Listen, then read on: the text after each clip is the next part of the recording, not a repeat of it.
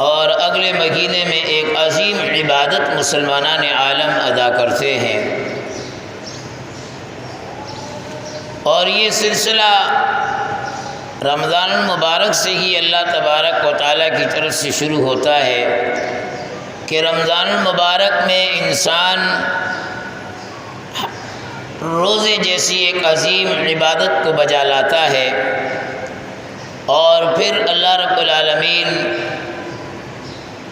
بطور شکرانے کے انہیں عید الفطر عطا کرتے ہیں خوشی کے، اور اس کے بعد پھر احباب مسلمانان عالم ایمان والے حج کی تیاریوں میں مصروف ہو جاتے ہیں۔ یکم شوال سے ہی حج کا احرام انسان باندھ سکتا ہے، اس سے پہلے نہیں،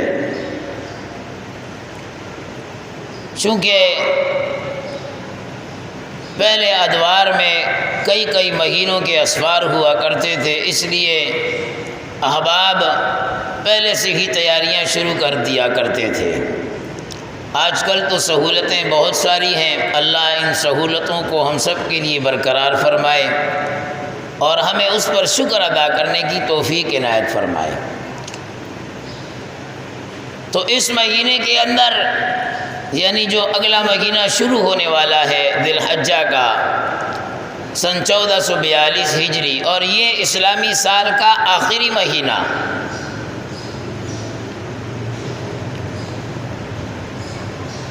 اس کے اندر حج جیسی ایک عظیم عبادت، ایام تو اس کے چند خاص ہیں، لیکن تیاریاں شروع سے ہی کئی ہفتوں پہلے، مہینوں پہلے انسان شروع کر لیتا ہے، اور بڑی عظیم عبادت ہے۔ ایسی عبادت ہے کہ یہ عبادت انہی دنوں میں خاص ہے، اس کے علاوہ انسان اس عبادت کو نہیں کر سکتا۔ کوئی کہے کہ بھئی روزہ رمضان میں رکھتے ہیں کہ نہیں، روزہ تو آپ سال کے 5 دنوں کو چھوڑ کے روزانہ رکھ سکتے ہیں، جب آپ کا دل چاہے رکھ سکتے ہیں۔ 5 دنوں میں ممنوع ہے، حرام ہے، منع ہے۔ نماز انسان فرض وقت نکل جائے، فرض پڑھ لی، نفل کسی بھی وقت پڑھ سکتا ہے، لیکن بعض عبادتیں ایسی ہیں کہ اگر وہ وقت نہ ملے، ان دنوں میں کوئی مینا میں چلا جائے، عرفات میں چلا جائے، کوئی نہیں کہے گا کہ یہ حاجی ہو کر آیا، اس لیے کہ مینا کے لیے اللہ نے جو دن خاص کیے ہیں، عرفات کے لیے اللہ نے جو دن خاص کیا ہے، مزدلفہ کے لیے اللہ نے جو دن خاص کیا ہے، انہی دنوں میں وہ اعمال کیے جائیں تو حج کا فریضہ ادا ہوتا ہے، وگرنہ نہیں۔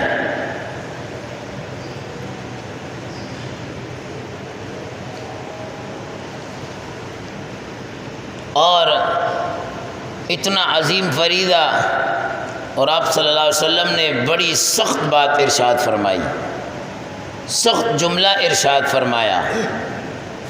حضرت علی راوی ہیں، فرماتے ہیں کہ آپ علیہ السلام نے فرمایا، من ملکا زادن وراحلتن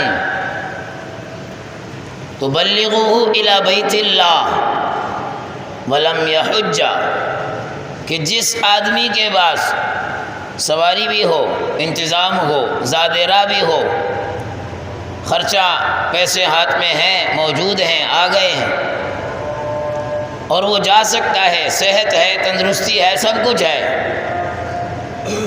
اس کے باوجود وہ حج کرنے نہیں جاتا، تو فرمایا کہ اللہ کو بھی اس کی پرواہ نہیں کہ یہ یہودی ہو کر مرے یا نصرانی ہو کر مرے، یہ یہودیوں کی طرح مرے یا نصرانیوں کی طرح۔ بڑی سخت بات ارشاد فرمائی۔ مسلمان تو دعا کرتا ہے، اللہ خاتمہ بالخیر فرما، اے اللہ خاتمہ ایمان پر فرما، اور آپ علیہ الصلوۃ والسلام فرماتے ہیں کہ جس کے پاس ہے آج مسلمانان عالم اس میں بڑی غفلت کا مظاہرہ کرتے ہیں۔ ہوتا ہے سب کچھ، جی مکان بنانا ہے، بچی کی شادی کرنی ہے، یوں کرنا ہے، فلاں کرنا ہے، الامان والحفیظ۔ نہ کرنے پر آئیں تو اس طرح کے بہانے، اور کرنے پر آئیں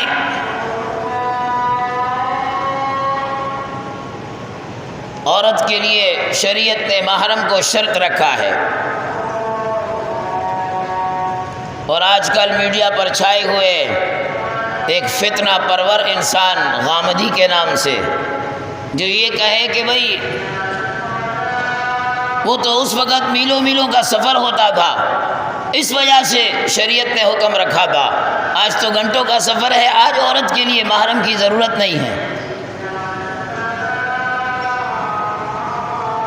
یہ ایک فضول بات ہے۔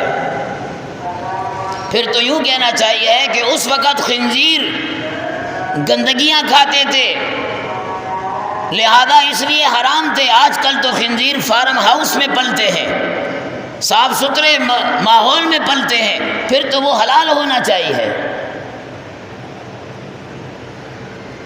الامان والحفیظ۔ تو بہرحال پیغمبر دو جہاں صلی اللہ تبارک و تعالی علیہ وسلم نے ارشاد فرمایا کہ جو حج کی استطاعت طاقت رکھتا ہے، وَلِلَّهِ عَلَى النَّاسِ حِجُّ الْبَيْتِ مَنِ اسْتَطَاعَ إِلَيْهِ سَبِيلًا،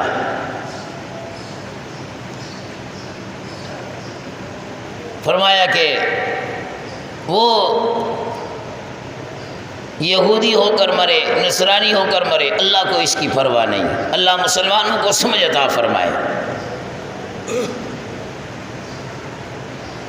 تو حج جیسی عظیم عبادت ایک تو آنے والے اس مہینے میں ادا کی جاتی ہے، حج جیسی عظیم عبادت، اور پھر قربان جائیں کہ اللہ رب العالمین کی جو رحمتیں عرفات کے میدان میں ان حجاج پر برستی ہے، وہ ساری کی ساری بارش رمجم کرتے ہوئے ان پر برس رہی ہے رحمت کی۔ پیغمبر دو جہاں صلی اللہ علیہ وسلم نے ارشاد فرما دیا، اس رحمت کی چند چھینٹیں ادھر ادھر دائیں بائیں اطراف والے لوگوں کو بھی حاصل ہو جاتی ہے۔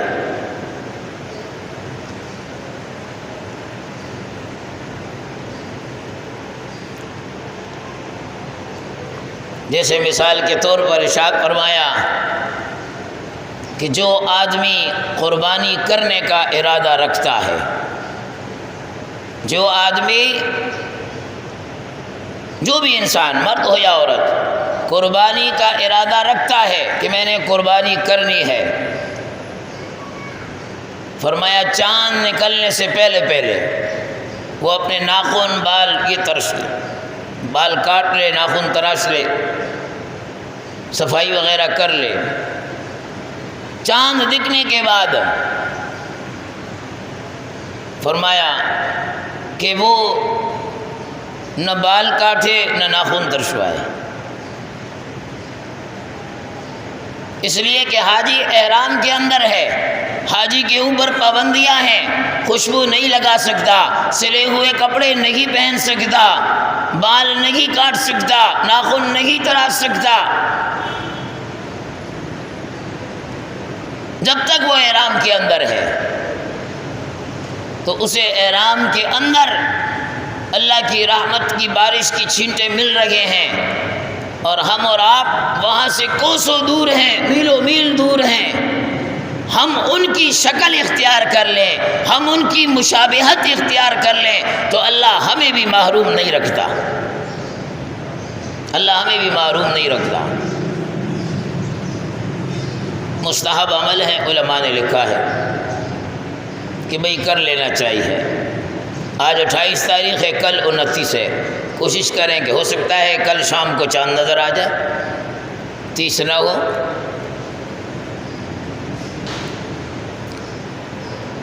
قرآن کریم فرماتا ہے یہ جو چاند نظر آ گیا ذی الحجہ کا، یہ جو 10 دن ہیں، قرآن فرماتا ہے والفجر وليال عشر والشفع والوتر واللیل اذا یسر، اللہ کو فجر کی قسم ہے، 10 راتوں کی قسم ہے، طاق اور جفت کی قسم ہے، رات کی قسم جب وہ چلی جائے۔ ان 10 راتوں کی اللہ قسم کھا رہا ہے۔ یہ اتنی مبارک راتیں ہیں، یہ اتنی عظیم راتیں ہیں، یہ اتنی فضیلت والی راتیں ہیں۔ مفسرین فرماتے ہیں کہ ان راتوں سے مراد یہ ذی الحجہ کی 10 راتیں، یہ جو 10 دن ہیں بڑے عظیم دن ہیں۔ آپ علیہ الصلوۃ والسلام نے فرمایا کہ جو اس میں ایک دن روزہ رکھ لیتا ہے، 1 سال کے روزوں کے بقدر ثواب ملتا ہے، 1 سال کے بقدر۔ اور جو ان راتوں میں ایک رات میں جاگے، دوسری میں، تیسری میں، 5ویں میں، 8ویں میں، 9ویں میں، فرمایا ہر رات میں جاگنے والا گویا ایسا ہے، اسے ثواب ایسے ملتا ہے جیسے کوئی شب قدر میں جاگ رہا ہو۔ شب قدر تو پورے رمضان میں ایک رات ہے، وہ بھی کسے ملے یا نہ ملے، لیکن یہاں تو پیغمبر دو جہاں صلی اللہ علیہ وسلم فرما رہے ہیں ہماری تو پوری راتیں منڈیوں، مویشی منڈیوں کی نظریں ہو جاتی ہیں، پتہ ہی نہیں چلتا۔ عظیم راتیں ہیں، بعض تو ویسی سیر سپاٹے کے لیے، الامان والحفیظ، یہ نفس اور شیطان کا دھوکہ ہے۔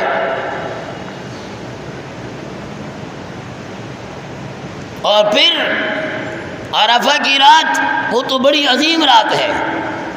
اگلا دن قربانی کا 10ویں ذی الحجہ کا، وہ عظیم دن ہے۔ قرآن جو کہہ رہا ہے والشفع والوتر، جفت کی قسم، طاق کی قسم، جفت 10 ذی الحجہ، طاق عرفہ کی راتیں، اور عرفہ کی تو ایسی رات ہے کہ اس کو 2 راتیں مل رہی ہیں۔ سال میں کوئی ایسا دن نہیں جس کی رات نہ ہو سوائے 10 ذی الحجہ کے۔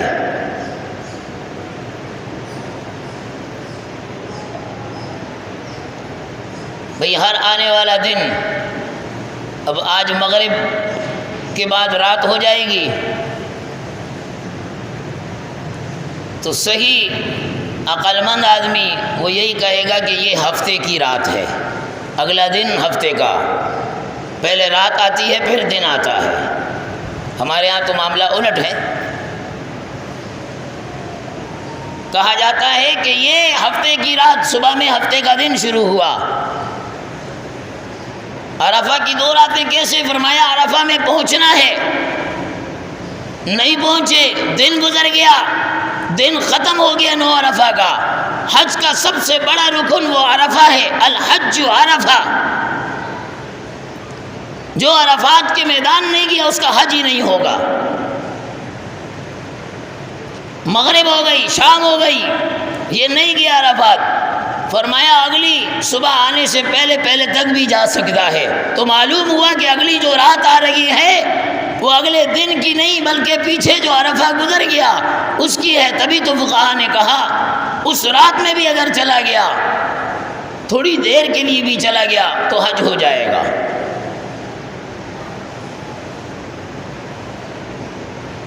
تو ان دنوں کی، ان راتوں کی اللہ نے قسم کھائی